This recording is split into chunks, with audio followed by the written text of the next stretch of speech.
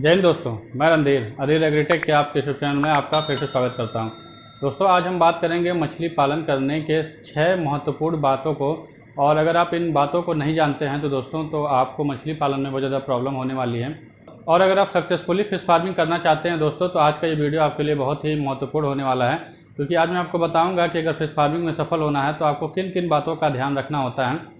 बहुत बेसिक से पॉइंट होते हैं दोस्तों मछली पालन करने के लिए। अगर इन पॉइंट्स के बारे में आपको पता है तो आप 100% फिश फार्मिंग में सफल हो जाएंगे, क्योंकि इस समय काफ़ी ज़्यादा लोग फिश फार्मिंग की तरफ आ रहे हैं। जब से लॉकडाउन आया है तो लोग अपने गांव की तरफ गए हैं, तो कहीं ना कहीं वो चाह रहे हैं कि अपने घर पे ही उनको रोज़गार मिले, तो इसलिए वो मछली पालन की तरफ ज़्यादा आ रहे हैं और नए नए तालाब बना रहे हैं। लेकिन उनको जानकारी का अभाव होने के कारण इस समय मेरे पास लगभग कई सारे कॉल्स रोज़ आते हैं कि मेरी मछलियाँ मर रही हैं, मेरी मछलियाँ ग्रोथ नहीं कर रही हैं। तो ये सारी प्रॉब्लम्स क्यों आती हैं दोस्तों, इन सारी चीज़ों के लिए आपको मैं 6 पॉइंट बता रहा हूँ। अगर आप उनको फॉलो करते हैं तो आपको मछली पालन में 100% सफलता मिलेगी। तो चलिए दोस्तों शुरू करते हैं। पहले पॉइंट की बात करूँ दोस्तों तो वो है तालाब का निर्माण। तालाब का निर्माण बहुत ज़्यादा महत्वपूर्ण रोल करता है आपके फिश फार्मिंग में, क्योंकि वहीं से शुरुआत होती है आपके मछली पालन का। तो तालाब बनाने की जानकारी आपको होनी चाहिए कि बंधा कैसा होना चाहिए ताकि वो टूटे ना जल्दी, और उसको वो जब बारिश आता है तो उससे मिट्टी बहे ना ज़्यादा। इस तरह की चीज़ों के बारे में कितना गहराई होनी चाहिए, इन सब चीज़ों के ऊपर मेरा एक वीडियोस पड़ा हुआ है दोस्तों। आप आई बटन में यहाँ पे आपको दिख जाएगा, यहाँ से जाके आप देख सकते हैं कि तालाब को कैसे बनाना होता है। दूसरे पॉइंट की बात करें दोस्तों तो वो है सीड का सिलेक्शन। यानी मछली पालन अगर आपको सफलतापूर्वक करना है तो आपका सीड जो है अच्छे क्वालिटी का होना चाहिए। एक शब्द है दोस्तों फिश फार्मिंग में जो खासकर आईएमसीज के लिए, आईएमसी कल्चर के लिए, और अपने यहाँ आईएमसी का कल्चर ही ज़्यादा किया जाता है क्योंकि उसका डिमांड लगभग सभी जगह बहुत ज़्यादा है। आपको मछली बेचने में कभी कोई दिक्कत नहीं आएगी अगर आप आईएमसी का कल्चर करना है। अच्छा, आईएमसी में मछलियाँ कौन कौन से आती हैं वो भी मैं आपको बताता चलूँ, काफ़ी लोग इसको भी लेके कंफ्यूज हो जाएंगे। आईएमसी का मतलब है इंडियन मेजर कार्प, और उसमें जो वैराइटीज़ हैं वो मैं बता दूं बहुत सारी हैं, लेकिन जो अपने यहाँ लोकल जो अपने यहाँ मार्केट में चलता है, इंडियन में जो मछलियाँ हैं वो रोहू, कतला, मृगल 3 हैं। और जो कार्प मछलियाँ हैं जिनको विदेशी कार्प बोलते हैं, उसमें चाइना जो मछली बोलते हैं उसको कॉमन कार्प, ग्रास कार्प और सिल्वर कार्प, ये 3 मछलियाँ कार्प हैं। चाइनीज़ मछलियाँ हैं, विदेशी मछलियाँ हैं जिनको कह सकते हैं, और 3 रोहू, कतला, मृगल अपने यहाँ की मछलियाँ हैं।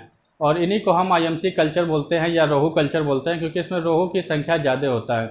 ये दोस्तों जो ये वीडियो है बेसिकली आईएमसी कल्चर के ऊपर ही है, और ये पॉन्ड के लिए ज़्यादा अप्लाई होता है, बायोफ्लॉक पे कम, क्योंकि बायोफ्लॉक में हम जो सीड सेलेक्ट करते हैं उसमें कैटफिश का सिलेक्शन करते हैं।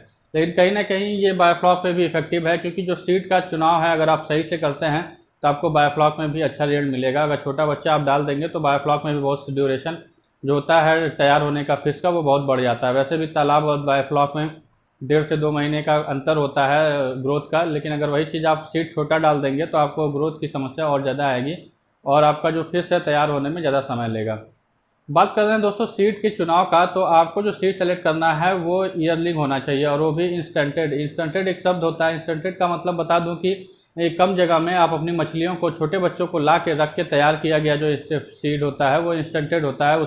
इंस्टेंटेड जो सीड होता है उसका मतलब है कि आपकी जो फिशेज हैं वो कम से कम, जो आपका बच्चा है वो कम से कम 9 से 10 महीने का होना चाहिए। यानी वो ठंडी, बरसात, गर्मी का झेला हुआ बच्चा होना चाहिए, ताकि जब उसको निकाल के हम बड़े पॉन्ड में शिफ्ट करते हैं तो उसका ग्रोथ बहुत तेज बढ़ता है दोस्तों। तो तीसरे पॉइंट की बात करें दोस्तों, सीड की संख्या।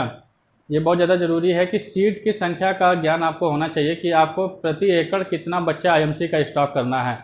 इस समय जो मेरे पास कॉल्स आते हैं दोस्तों, जब मैं उनसे पूछता हूं कि आपने अपने तालाब में कितने बच्चे को डाला है, तो लोग इस संख्या में नहीं बताते हैं। लोग बताते हैं 1 quintal, 2 quintal, 5 kilo, 10 kilo.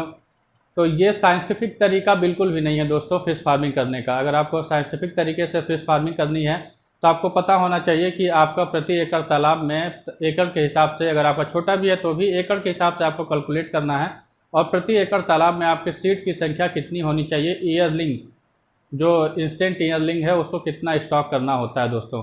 IMC के लिए मैं बताता चलूँ दोस्तों कि अगर आपका 1 एकड़ तालाब है और इंस्टेंट ईयरलिंग अगर आप स्टॉक करते हैं दोस्तों, तो उसमें आपको 3000 से लेके 3500 मैक्सिमम, ये मैक्सिमम वैल्यू है दोस्तों, उतना ही सीड स्टॉक करना है। और इसमें आपको 5 से 4 या 4 मिनिमम 4 से 4 वैरायटी की मछलियों का चुनाव करना होता है, क्योंकि एक वैरायटी की मछली आप चुनाव करेंगे तो आपको ग्रोथ का इशू आएगा, क्योंकि मछलियों का जो, और साथ साथ आपके पानी का भी, वाटर जो है वो प्रदूषण उसमें बढ़ता रहेगा और आपका वाटर पैरामीटर है वो बिगड़ जाएगा। क्योंकि हर मछली अलग अलग लेयर पे रहती है, हर मछली का सर्वाइव करने का तरीका अलग है, फीडिंग लेने का तरीका अलग है।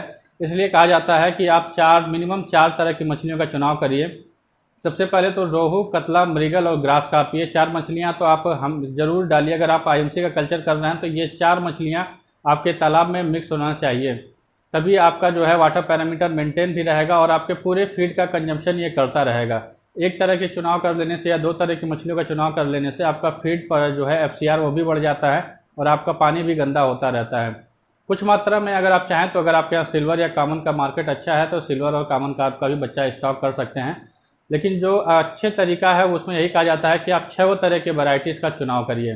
चौथे पॉइंट की बात करें दोस्तों तो वो है संतुलित आहार। यानी अगर आपने बच्चे को स्टॉक कर दिया है और आप चाह रहे हैं कि बिना कुछ खिलाए उसको तैयार कर लें, तो तैयार तो वो होंगी, लेकिन जहाँ 1 साल का समय लगना था वहाँ 2 साल 3 साल का समय लग जाएगा। इसलिए आपको संतुलित आहार भी खिलाना है उनको। जैसे हम लोग संतुलित आहार करते हैं 2 टाइम 3 टाइम, उस तरह से ही मछलियों को भी एक संतुलित आहार देना होता है, जिसमें उनको कार्बोहाइड्रेट, वसा, फैट, प्रोटीन, विटामिन, मिनरल्स, ये सब चीज़ें उनको भी चाहिए होती है ताकि आपका प्रोडक्शन ज़्यादा हो और जल्दी आपका प्रोडक्शन हो। अगर आप इन सभी चीज़ों को संतुलित मात्रा में नहीं खिलाएंगे तो आपका जो प्रोडक्शन है वो कम होगा और आपका ग्रोथ भी टाइम से नहीं होगा और आपका समय भी ज़्यादा लगेगा। इसीलिए आजकल जो रेडीमेड फीड है वो ज़्यादा प्रेफर किया जाता है, ताकि क्योंकि उसमें जो छोटा कण भी होता है दोस्तों, मैं बताता हूँ चलूँ कि जो छोटा कण भी, सबसे छोटा साइज़ का भी जो फीड होता है वो संतुलित होता है। उसमें कितना फैट है, कितना प्रोटीन है, कितना कार्बोहाइड्रेट है, वो सब आपका डिसाइड होता है, जिससे जो भी मछली उस फीड को खाता है उसको पूरा संतुलित आहार मिलता है। वहीं बात करें दोस्तों जो हम होममेड फीड बनाते हैं, होममेड फीड में ये देखा गया है कि हम जो ज़्यादातर यूज़ करते हैं वो राइस ब्रान यूज़ करते हैं, सरसों की खली यूज़ करते हैं, ये 2 चीज़ें ही यूज़ करते हैं। कुछ लोग जो अच्छे जानकार हैं वो गुड़ यूज़ कर लेते हैं, विटामिन यूज़ कर लेते हैं, उसमें मिनरल भी यूज़ कर लेते हैं, लेकिन ज़्यादातर जो किसान हैं वो 2 ही चीज़ों का यूज़ करते हैं और इन्हीं को भे के अगले दिन खिलाते हैं। इसमें क्या होता है कि दोस्तों जो कुछ मछलियों को, क्योंकि जो सरसों खली होता है वो भारी होता है, वो नीचे बैठ जाएगा और जो राइस ब्रान है वो ऊपर आ जाएगा, इस तरह का चीज़ होता है। तो जो ऊपर की मछलियाँ उनको केवल राइस ब्रान मिलेगा और जो नीचे की मछलियाँ उनको केवल खली मिलेगी, तो जिससे उनको संतुलित आहार नहीं मिलता है। या फिर आप उनको अच्छे से तरीके से संतुलित करके खिलाएं, उनको मिक्स करें, उनका गोला बनाएं और गोले को डाल के खिलाएं, ताकि जब भी जिस मछली को मिले वो पूरी तरह से संतुलित आहार मिले। तो उससे अच्छा है कि आप रेडीमेड फीड का यूज़, जिनको जो अच्छा रिजल्ट चाहिए होता है वो रेडीमेड फीड का, कमर्शियल फीड का यूज़ कर रहे हैं दोस्तों। नेक्स्ट बात करें दोस्तों पॉइंट की, वो है पानी का पैरामीटर, वाटर पैरामीटर। क्योंकि मछली को जहाँ रहना है उनका साफ़ सफाई होना बहुत ज़रूरी है, क्योंकि गंदगी में कोई भी नहीं रह पाता, आप भी नहीं रह पाएंगे। तो मछलियाँ जो हैं उनको भी साफ़ सफाई चाहिए होती है। साफ़ सफाई का इन द सेंस कि जो मछलियाँ आपके पानी है, पानी बहुत ज़्यादा गंदा नहीं होना है, गंदगी को आपको चेक करते रहना है। उनके कई सारे वाटर पैरामीटर हैं, जैसे पीएच की मात्रा सबसे ज़्यादा इंपॉर्टेंट है कि आपका पानी का पीएच बैलेंस होना चाहिए, जो कि 7 से 7.5 के बीच में है तो बहुत अच्छा है, लेकिन 7 से 8 के बीच में आपका पीएच होना चाहिए। नहीं अगर कम है तो आपका चूने का इस्तेमाल करते रहिए तालाब में। तो दूसरे पार्ट की बात करूं तो अमोनिया भी बहुत ज़्यादा इंपॉर्टेंट रखता है। ये एक तरह का टॉक्सिक है और ज़्यादा बढ़ने पे मछलियों को बहुत ज़्यादा नुकसान पहुंचाता है। और तीसरा जो है वो डीओ लेवल आपके लिए बहुत ज़्यादा इंपॉर्टेंट रखता है ऑक्सीजन, क्योंकि आईएमसी का कल्चर आप कर रहे हैं तो डीओ बहुत ज़्यादा इंपॉर्टेंट है, क्योंकि आईएमसी जो है पानी के अंदर ही सांस लेता है और जो कैटफिश है जो पानी के ऊपर आके भी सांस ले जाता है, इसलिए दोनों की जो डेंसिटी है काफ़ी ज़्यादा डिफरेंस हो जाती है। ये ध्यान रखना है दोस्तों, अगर आप आईएमसी का कल्चर कर रहे हैं तो आपका डीओ लेवल हमेशा मेंटेन रहना चाहिए और मिनिमम 5 ppm आपके तालाब में होना चाहिए। तो ये आपको चेक करते रहना है। अगर आपको आज चेक किया आपने और लगता है कि 4 ppm या उससे कम आ रहा है, तो आप ये समझ जाइए कि कुछ समय बाद या 2-4 दिन बाद आपकी मछलियाँ सुबह के समय ऊपर आ जाएंगी और पूरी तरह से आपका नुकसान कर देंगी। इससे क्योंकि दोस्तों ऑक्सीजन की कमी से मॉस मोर्टेलिटी होती है, उस समय आप देखेंगे कि बहुत ज़्यादा मात्रा में मछलियाँ मरती है। बीमारी लगने पे ये होता है कि 1, 2, 4, 6 करके मछलियाँ मरना शुरू होती है, जिससे आपको पता चल जाता है कि बीमारी आ गई है। लेकिन जब आपके तालाब में ऑक्सीजन की कमी होगी तो उस समय मॉस मोर्टेलिटी होती है, बहुत ज़्यादा संख्या में मछलियाँ एक साथ मर जाती हैं और उससे आपको ज़्यादा लॉस होता है। इसलिए आप इन कुछ पॉइंट्स जो पैरामीटर है उनकी जाँच करते रहिए और रेगुलर करते रहिए। साथ साथ आप अपने फिशेस का भी चेकअप करते रहिए, मछलियों की जांच करते रहिए कि जितना आपने फीड कराया है, महीने में एक बार जाल चलवाइए और जाल चला के चेक करिए कि क्या उनका ग्रोथ है। महीने में अगर आप जितना फीड करा रहे हैं उसका एक डाटा आपके पास होना चाहिए। अगर आप अच्छे फिश फार्मर बनना चाहते हैं तो हर चीज़ का डाटा बनाइए, रोज़ कितना फीड कराया आपने, किप कराया आपने, क्या पानी का पैरामीटर है, उसका एक रिकॉर्ड आपके पास मेंटेन होना चाहिए। और आप उसे महीने में एक बार चेक करिए, उनका वेट लीजिए और फिर कैलकुलेट करिए कि आपका जो वेट है वो फीड के हिसाब से ग्रोथ हुआ है या नहीं। अगर नहीं हुआ है तो आपका ये चिंता का विषय है और फिर आपको इस पर काम करना पड़ेगा और देखना पड़ेगा कि किसी भी एक्सपर्ट से या जिनके संपर्क में आप रहते हैं, जिनके साथ आप मिलकर काम कर रहे हैं, जो आपका सिखाने वाला है, उनसे कांटेक्ट करिए कि मेरी मछलियों का ग्रोथ इस समय इतना है जबकि इतना होना चाहिए।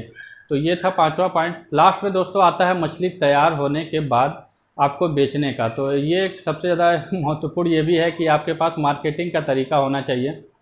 कोशिश करिए कि आप अच्छे से अच्छे रेट में बेचिए और ये कोशिश करिए कि आईएमसी का जो अच्छा रेट मिलता है दोस्तों, वो 1 केजी के प्लस पे मिलता है। अगर आपका साइज़ छोटा है, 500-600 ग्राम पे बेच रहे हैं, तो उतना अच्छा रेट नहीं मिलेगा, कहीं ना कहीं 20-30 रुपये का अंतर आ जाता है।